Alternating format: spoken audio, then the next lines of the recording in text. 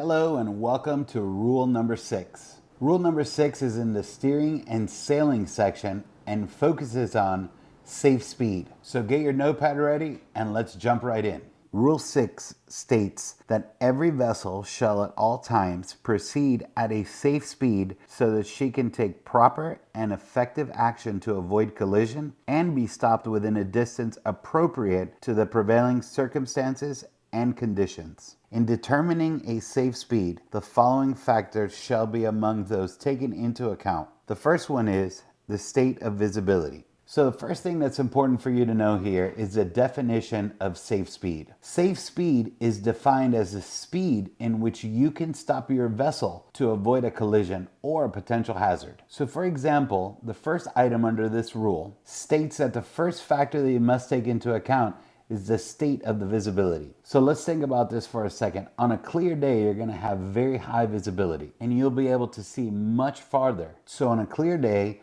your safe speed is going to be much faster because you'll be able to see much further with the naked eye. Now, if you're in a restricted visibility situation, that visibility is going to be drastically reduced, sometimes down to 0. So in a restricted visibility situation, your safe speed is going to be a much slower one, maybe even an idle speed. And remember, this is going to be to ensure that you could stop in ample time to avoid a collision or an interaction with a potential hazard. The second item under Rule 6 states that all vessels must take into account when determining safe speed is the traffic density, including concentration of fishing vessels or any other vessels. So what this is saying is that if you're in open ocean with no one else around you, your safe speed is going to be a higher rate of speed versus obviously one in which you are in a high traffic area of vessels or with boats anchored or fishing boats around. Remember, as we go through these rules, the definition of safe speed. And that definition of safe speed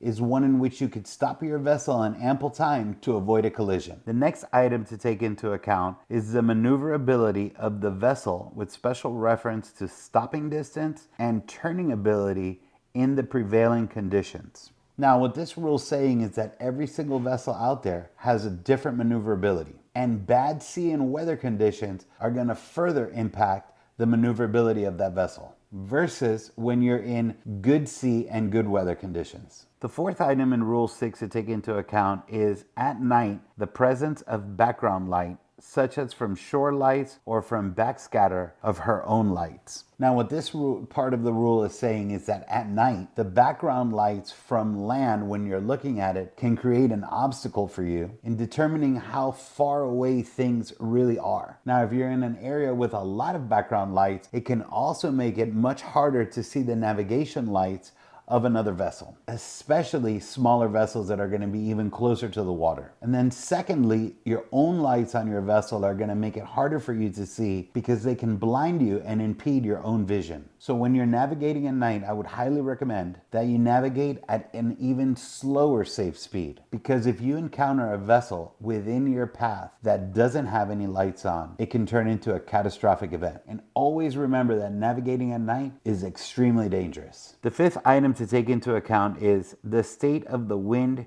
sea, and current, and the proximity of navigational hazards. So what this item is saying is that you have to take the wind, sea conditions, and the current into consideration. And remember that in rough sea conditions, you're going to have to travel at a slower speed, not just to avoid a collision, but for the safety of everyone on board and for the safety of your own vessel. Now, when it states that you have to take the proximity of navigational hazards into account, this means that where known navigational hazards are present, you have to take that into account and navigate at a slower speed. I want you to go back to rule number 2 for a second when we spoke about the responsibility and the accountability when reading all of these. Remember that if you're navigating at an unsafe speed and you have a collision, even if it's with a channel marker, you will be held liable for that. The next item to take into consideration when determining a safe speed is the draft in relation to the available depth of water. All right, so simply put here, when you're on a vessel, you need to know and understand the amount of draft that that vessel has to ensure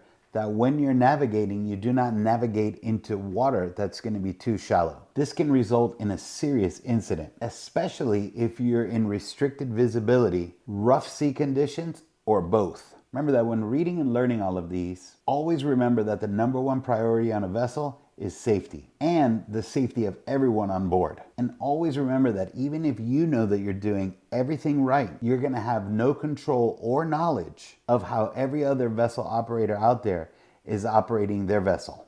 You know, I always tell everyone that when you're operating a vessel, you have to be a defensive driver, a defensive operator. And always, always, always anticipate what you think that might happen based on the situation that you're in, so you could try to prevent it. Remember that every combination of every situation that we just talked about might require different actions. And the main focus that this rule wants you to know is that the speed that you're navigating at can make matters much worse if you're involved in an incident. Think of this like if you were driving in your car. When you're driving in your car and it's low visibility on the highway, you're going to slow the speed of your car and drive much slower. Now think about when you're in heavy traffic. You're not going to go and start speeding and start quick accelerating in heavy traffic. You would be driving much slower and much more alert in heavy traffic to avoid an accident. These same principles apply when you're navigating. All right, now we're going to move on to Section B of Rule 6, which focuses on vessels operating with a radar. The first item under Rule 6 states the characteristics, efficiency, and limitations of the radar equipment. So what this rule is saying is that if you have a radar on your vessel, you need to understand the efficiency and the limitations of that radar. Remember that every radar has different specifications and a different range that it could see. Additionally, the placement of that radar and the distance and size of the item that's pinging back to your radar signal are going to have many factors on whether or not you can actually even see that item on your radar screen. This is why it's so important that you fully understand the capacity, efficiency, and limitations of the radar that you have on your vessel. The second item in Rule 6b states any constraints imposed by the radar range scale in use. No difference than what we just stated before. When operating a vessel, the operator of that vessel needs to fully understand the constraints of the radar on that vessel. The third item in Rule 6b states the effect on radar detection of the sea state, weather, and other sources of interference. So what this is saying is that you need to understand that different sea and weather conditions will impact the radar and cause interference. For example, when you're in rough sea conditions, it's going to be much harder for you to see and detect smaller vessels in the water. And when you're involved in foul weather conditions, that weather system is going to block everything that you could see on your radar, because the radar is going to pick up the thick rainstorm and weather system clouds and completely block everything else that you could see on your radar. This can become an extremely dangerous situation because you can't see what's around you, even with the radar. The next item on Rule 6b states the possibility that small vessels,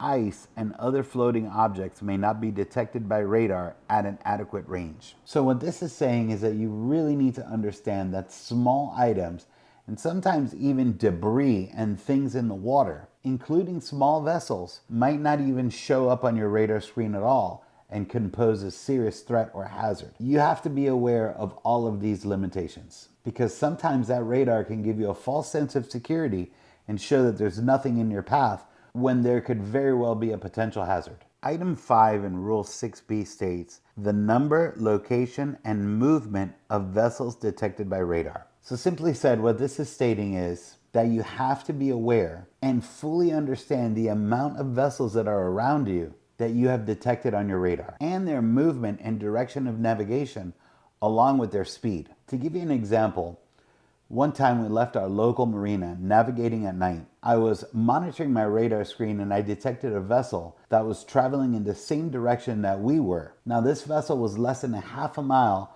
off of my starboard side, traveling in the same direction as me. Now I was able to determine that this vessel was traveling at a little bit faster speed than mine, but not by much. As I looked, I could see the vessel on my radar screen, but I could not see the vessel with the naked eye, even though that vessel was less than a half mile from me. Now, this is an area that I navigate at night multiple times a week, and I know this area well, and I know that in the path that we were going, the only way to get out to sea is to cross through a channel that is off my port side. Now, what does this tell me? This tells me that this vessel who's on my starboard side, we're navigating in the same path.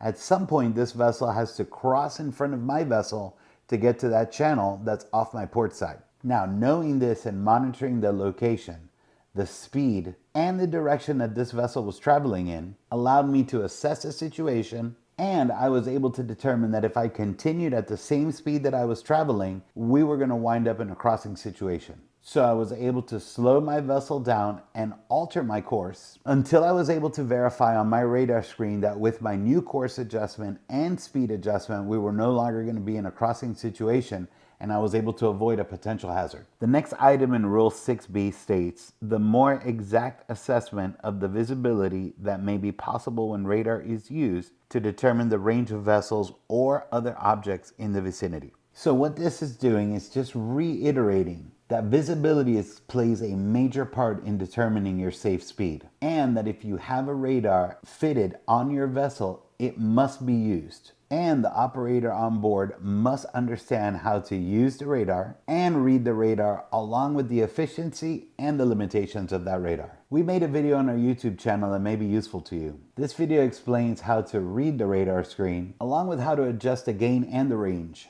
And I also cover the range calculations in this video. We'll drop a link to that video at the end of this one, so you could stop by and check that video out and see if maybe something in that video can help you in understanding radar. That video is recorded on our Garmin marine radar, but the principles that we cover can be applied to any radar.